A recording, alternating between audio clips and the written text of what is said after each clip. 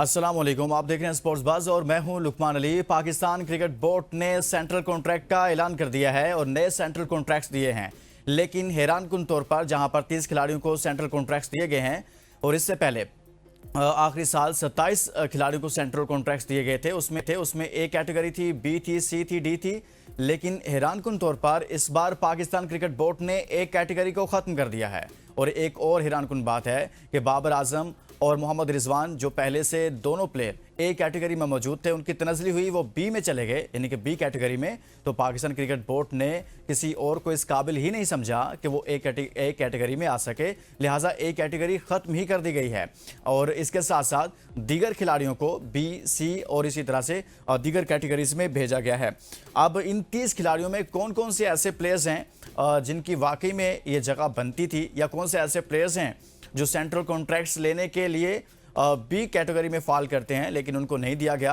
और सबसे जो मैंने अपने इब्तिदा में कहा कि बाबर आजम और मोहम्मद रिजवान के लिए ही क्या एक साल के लिए ए कैटेगरी रखी गई थी? क्या बाकी 30 खिलाड़ियों में कोई भी डिजर्व नहीं करता कि वो ए कैटेगरी में फाल कर सके? और पाकिस्तान क्रिकेट बोर्ड ने ये कैसे फैसला किया है? और इसके अलावा एशिया कप को लेकर सिलेक्शन कमेटी के मामलात पर भी बात करेंगे, जो स्क्वाड सामने आया है उस हवाले से भी बात करेंगे। हमारे साथ मौजूद हैं सीनियर स्पोर्ट्स एनालिस्ट शुएब जट साहब। शुएब साहब, बहुत बहुत शुक्रिया, आपने हमारे लिए वक्त निकाला। सबसे पहले तो हम आज की डिबेट का आगाज करते हैं central contract. Sir, A category खत्म ही कर दी गई है सिरे से। बाबर आजम और मोहम्मद रिजवान उसमें मौजूद थे, उनको वहां से निकाला, बी कैटेगरी में भेजा, और क्रिकेट बोर्ड ने यह समझा ही नहीं है कि बाकी कोई और ए कैटेगरी में फाल कर सकता है और कैटेगरी ही खत्म कर दी गई है। क्या कहेंगे आप? देखिए, इसी से पता चलता है कि ये पाकिस्तान क्रिकेट बोर्ड जो है कितना अनप्रोफेशनल लोगों के हाथ में है। ये कोई पहला फैसला नहीं है, पहला तमाशा नहीं है, पहला इनका जो है वो क्या कहेंगे कि मजाक नहीं है कौम के साथ। आपको याद होगा कि सिलेक्शन कमेटी यहाँ पर है लेकिन उसका कोई हेड नहीं है। अब सेंट्रल कॉन्ट्रैक्ट है तो उसमें ए कैटेगरी नहीं है। मतलब ए वो होता है कि आप कहते हैं कि ये आपके प्राइम क्रिकेटर्स हैं, तो इसका मतलब है कि पाकिस्तान क्रिकेट बोर्ड आज एतराफ कर रहा है कि पाकिस्तान क्रिकेट में कोई प्राइम क्रिकेटर बचा ही नहीं, यानी कि ये सारे के सारे घिसे पीटे थके हुए खिलाड़ी हैं। इसलिए इनको बी कैटेगरी से शुरू किया है और डी कैटेगरी में इनको खत्म किया। और पाकिस्तान क्या दुनिया में सबसे ज्यादा जो रेट किया जाता है वो टेस्ट स्क्वाड को किया जाता है, और जो टेस्ट स्क्वाड का कैप्टन है उसको आपने डी कैटेगरी में फेंक दिया है। इसका मतलब है, एक सवाल खड़ा होता है कि या तो शान मसूद से टेस्ट कप्तानी छिन रही है, या फिर पाकिस्तान क्रिकेट बोर्ड जो है वो टेस्ट कप्तान को इज्जत नहीं देता, उसको अहमियत नहीं देता। वो समझता है कि ये बेकार की क्रिकेट है, यहाँ पे जो है वो इन्वेस्ट करना ही फजूल है, इसीलिए उन्होंने उसके कप्तान को उठा के डी में फेंक दिया है। अलार्मिंग है, मैं यकीनी तौर पे कहूंगा कि शर्मनाक किस्म के ये सेंट्रल कॉन्ट्रैक्ट हैं। ये सेंट्रल कॉन्ट्रैक्ट नहीं है, ये शेमफुल कॉन्ट्रैक्ट्स हैं। आपने बड़ा कहा कि, लेकिन इसी कैटेगरी में अगर हम देखते हैं, अगर बाबर आजम और मोहम्मद रिजवान की तनज़ली कर दी जाती है बी कैटेगरी में, इसको आप कैसे देखते हैं कि वाकई में वो ए कैटेगरी आप डिजर्व नहीं करते थे? देखिए, एक कैटेगरी जो है वो ए ग्रेड वालों के लिए होती है, और मेरे ख्याल से इस स्क्वाड में कुछ खिलाड़ी हैं जिनको आप ए में जो है वो रख सकते थे। फिर पाकिस्तान की एक पॉलिसी रही है कि कैप्टन जो है वो ए में हमेशा नजर आता था।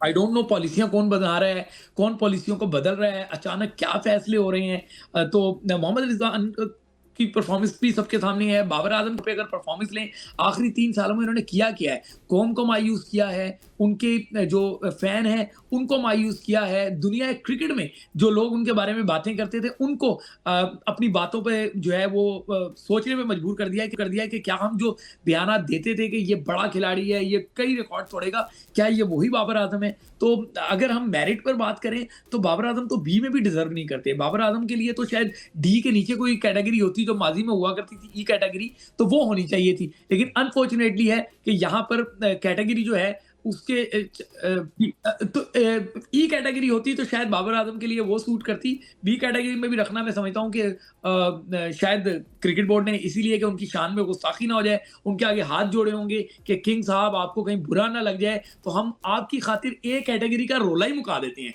तो आप हमें माफ कर दीजिएगा, हम आपको बी कैटेगरी में ले रहे हैं। तो शायद उनके पाँव पड़ के मजबूरन उनको ये फैसला करना पड़ा। मोहम्मद रिजवान पर आप क्या कहेंगे? बाबर आजम पर तो आपने कहा, लेकिन मोहम्मद रिजवान को भी बी कैटेगरी में ले आए हैं। रिजवान की कौन सी कैटेगरी बनती है सर पाकिस्तान क्रिकेट बोर्ड के सेंट्रल कॉन्ट्रैक्ट्स के जो ये फॉर्मेट्स हैं, जो कैटेगरीज हैं? देखिए मोहम्मद रिजवान के बारे में अगर हम कहें तो हमारे पास अभी तक अनफॉर्चुनेट हुआ कि आपने पाकिस्तान क्रिकेट बोर्ड की बात कर रहा हूं, उसने विकेट कीपर बैकअप कोई बनाया ही नहीं।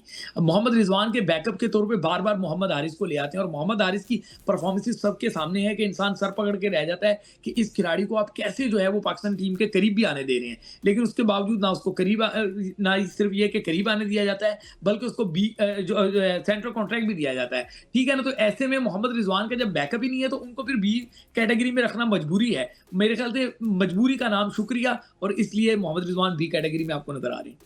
अच्छा, आपने बैकअप की बात की है, मोहम्मद रिजवान के बैकअप की बात की है, लेकिन कमज़ोर बैकअप रखना भी फ़ायदे में होता है शुएब साहब?